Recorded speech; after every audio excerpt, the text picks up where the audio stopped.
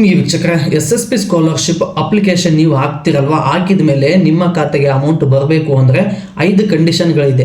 ಈ 5 condition fulfil ಆದರೆ ಮಾತ್ರ SSP ಸ್ಕಾಲರ್ಶಿಪ್ ನಿಮ್ಮ ಖಾತೆಗೆ ಅಮೌಂಟು ಬರುತ್ತೆ.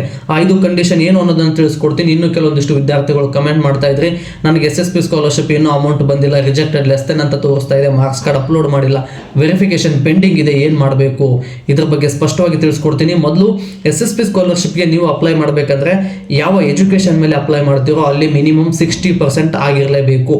60% ಏನಾದರೂ ಆಗಿಲ್ಲ ಅಂದರೆ ಅಪ್ಲಿಕೇಶನ್ ತಗೊಳ್ಳುತ್ತೆ, ಬಟ್ ಅದಾದಮೇಲೆ DBT ಸ್ಟೇಟಸಲ್ಲಿ ರಿಜೆಕ್ಟ್ ಲೆಸ್ ದೆನ್ 60% ಅಂತೇಳಿ ನೀವು ಅಪ್ಲೈ ಮಾಡಿರ್ತಕ್ಕಂಥ ಅಪ್ಲಿಕೇಶನನ್ನು ರಿಜೆಕ್ಟ್ ಮಾಡ್ತಾರೆ. ನಂದು 60%ಗಿಂತ ಮೇಲಾಗಿತ್ತು ಅಂದರೆ ಒಂದು ತಿಳ್ಕೊಂಬಿಡಿ, DBT ಸ್ಟೇಟಸ್ ಏನಾದರೂ ಪುಷ್ಡ್ ಆಗಿತ್ತು ಅಂದರೆ ನಿಮ್ಮ ಖಾತೆಗೆ ಅಮೌಂಟು ಬರುತ್ತೆ, ಇದರಲ್ಲಿ ಡೌಟೇ ಇಲ್ಲ ಸ್ನೇಹಿತರ. ಬಟ್ ವೆರಿಫಿಕೇಷನ್ ಕಂಪ್ಲೀಟ್ ಆಗಿರಲೇಬೇಕು. ಮೊದಲನೇದು 60%ಗಿಂತ ಮೇಲಿರಬೇಕು, DBT ಪುಷ್ಡ್ ಆಗಿರಬೇಕು, ಮೊದಲನೇ ಮತ್ತು ಎರಡನೇ ಹಂತದ ವೆರಿಫಿಕೇಷನ್ ಕಂಪ್ಲೀಟ್ ಆಗಿರಬೇಕು. ಅವೈಟೆಡ್ ಅಂತ ಇದ್ರೂ ಏನೂ ತೊಂದರೆ ಇಲ್ಲ. ವೆರಿಫಿಕೇಷನ್ ಏನಾದರೂ ಕಂಪ್ಲೀಟ್ ಆಗಿಲ್ಲ ಅಂದರೆ 2 ರೀತಿ ಇದೆ. ಮೊದಲನೇದು 1902ಗೆ ಕಾಲ್ ಮಾಡೋದ್ರ ಮೂಲಕ ವೆರಿಫಿಕೇಶನ್ ಕಂಪ್ಲೀಟ್ ಮಾಡ್ಬೋದು, ಇಲ್ಲಾಂದರೆ ನೀವು ಅರ್ಜಿ ಹಾಕಿರ್ತಕ್ಕಂಥ ಒಂದು ಕಾಪಿಯನ್ನು ಅದರ ಜೊತೆಗೆ DBT ಸ್ಟೇಟಸ್ ಏನು ತೋರಿಸ್ತಾ ಇದೆಯಲ್ಲ ಅದು ಒಂದು ಕಾಪಿಯನ್ನು PDF ಮಾಡಿ SSP ಸ್ಕಾಲರ್ಶಿಪ್ ಪೋರ್ಟಲ್ ಓಪನ್ ಮಾಡಿದ್ರೆ ಹೆಲ್ಪ್ ಡೆಸ್ಕ್ ಅಂತ ಬರುತ್ತೆ, ಅಲ್ಲಿ ಸರ್ವಿಸ್ ಮೇಲೆ ಕ್ಲಿಕ್ ಮಾಡಬೇಕು.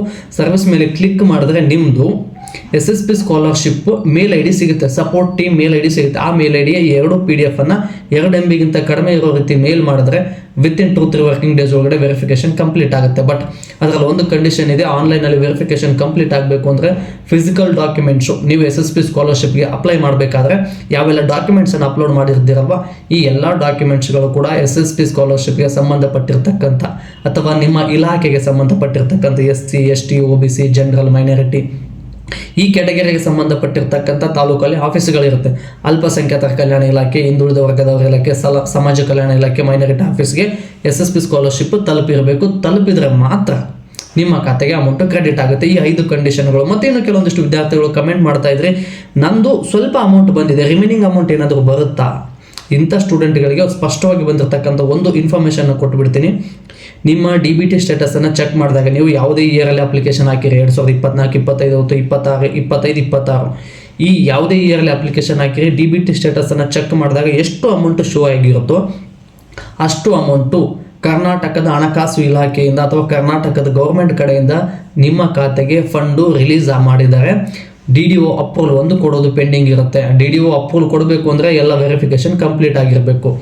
ನಿಮ್ಮ DBT ಸ್ಟೇಟಸಲ್ಲಿ ಎಷ್ಟು ಅಮೌಂಟ್ ಶೋ ಆಗಿರುತ್ತಲ್ವ ಅಷ್ಟು ಅಮೌಂಟು ನಿಮ್ಮ ಖಾತೆಗೆ ಅಮೌಂಟು ಕ್ರೆಡಿಟ್ ಆಗಿತ್ತು ಅಂದರೆ ಇದು ಫುಲ್ ಅಮೌಂಟ್ ಬಂದಿದೆ ಅಂತೇಳಿ ಅರ್ಥ.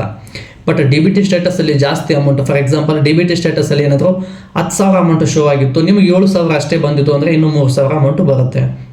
ಅಲ್ಲಿ 10,000 ಶೋ ಆಗಿತ್ತು, ನಿಮಗೆ 10,000 ಅಮೌಂಟು ಕ್ರೆಡಿಟ್ ಆಗಿತ್ತು ಅಂದರೆ ರಿಮೈನಿಂಗ್ ಅಮೌಂಟು ಬರೋದಿಲ್ಲ, ಫುಲ್ ಅಮೌಂಟು ಕ್ರೆಡಿಟ್ ಆಗಿದೆ ಅಂತ ಅರ್ಥ.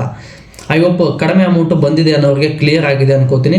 ಇನ್ನೊಂದು ವಿಚಾರ, ನನಗೆ 60%ಗಿಂತ ನಾನು ಜಾಸ್ತಿ ತೊಗೊಂಡಿದ್ದೀನಿ, ಆದರೂ ಕೂಡ ನನಗೆ ಲೆಸ್ ದೆನ್ 60% DBT ಸ್ಟೇಟಸಲ್ಲಿ ರಿಜೆಕ್ಟೆಡ್ ಅಂತ ತೋರಿಸ್ತಾ ಇದೆ, ಏನು ಮಾಡಬೇಕು? ನೀವೇನಾದರೂ 60%ಗಿಂತ ಮೇಲೆ ತೊಗೊಂಡಿದ್ರೆ ಅದರಲ್ಲಿ ಒಂದು ಕಂಡೀಷನ್ ಇದೆ, ಅಪ್ಲಿಕೇಶನ್ ಹಾಕಬೇಕಾದ್ರೆ ನೀವು ಮಾರ್ಕ್ಸ್ ಕಾರ್ಡನ್ನು ಅಪ್ಲೋಡ್ ಮಾಡಿರೋದಿಲ್ಲ. ಮಾರ್ಕ್ಸ್ ಕಾರ್ಡ್ ಅಪ್ಲೋಡ್ ಮಾಡದೇ ಇರುವಂಥ ಸ್ಟೂಡೆಂಟ್ಗಳಿಗೆ ಆಲ್ಮೋಸ್ಟು ಅಪ್ಲಿಕೇಶನ್ ಹಾಕಬೇಕಾದ್ರೆ ಭಾಳಷ್ಟು ವಿದ್ಯಾರ್ಥಿಗಳು ಅಪ್ಲಿಕೇಶನ್ ಹಾಕಬೇಕಾದ್ರೆ ಒರಿಜಿನಲ್ ಮಾರ್ಕ್ಸ್ ಕಾರ್ಡ್ ಅಥವಾ ಜೆರಾಕ್ಸನ್ನು ಮಾರ್ಕ್ಸ್ ಮಾತ್ರ ಎಂಟ್ರಿ ಮಾಡಿ ಅಪ್ಲೋಡ್ ಮಾಡಿರ್ತಾರೆ, ಮಾರ್ಕ್ಸ್ ಕಾರ್ಡನ್ನು ಅಪ್ಲೋಡ್ ಮಾಡಿರೋದಿಲ್ಲ. ಬಟ್ ಅಪ್ಲೋಡ್ ಮಾಡದೇ ಇರುವಂಥ ಸ್ಟೂಡೆಂಟ್ಗಳಿಗೆ ಈ ರೀತಿ ರಿಜೆಕ್ಟ್ ಅಂತ ಬರ್ತಾ ಇದೆ. ಒಂದ್ಸಲ ಅಪ್ಲೋಡ್ ಮಾಡಿ ಮತ್ತು ಅಪ್ಲಿಕೇಶನನ್ನು ಹಾಕಿ, ಅಂದರೆ ಅದೇ ಇಯರಲ್ಲಿ ಮಾರ್ಕ್ಸ್ ಕಾರ್ಡನ್ನು ಅಪ್ಲೋಡ್ ಮಾಡಿ. ಯಾವ ರೀತಿ ಮಾರ್ಕ್ಸ್ ಕಾರ್ಡ್ ಅಪ್ಲೋಡ್ ಮಾಡಬೇಕು ಅನ್ನೋದನ್ನು ನನ್ನ ಚಾನಲಲ್ಲಿ ಭಾಳಷ್ಟು ಚಾನಲ್ಗಳು ವಿಡಿಯೋದಲ್ಲಿ ಹೇಳಿದ್ದೀನಿ, ಹೋಗಿ ಅಪ್ಲೋಡ್ ಮಾಡಿ.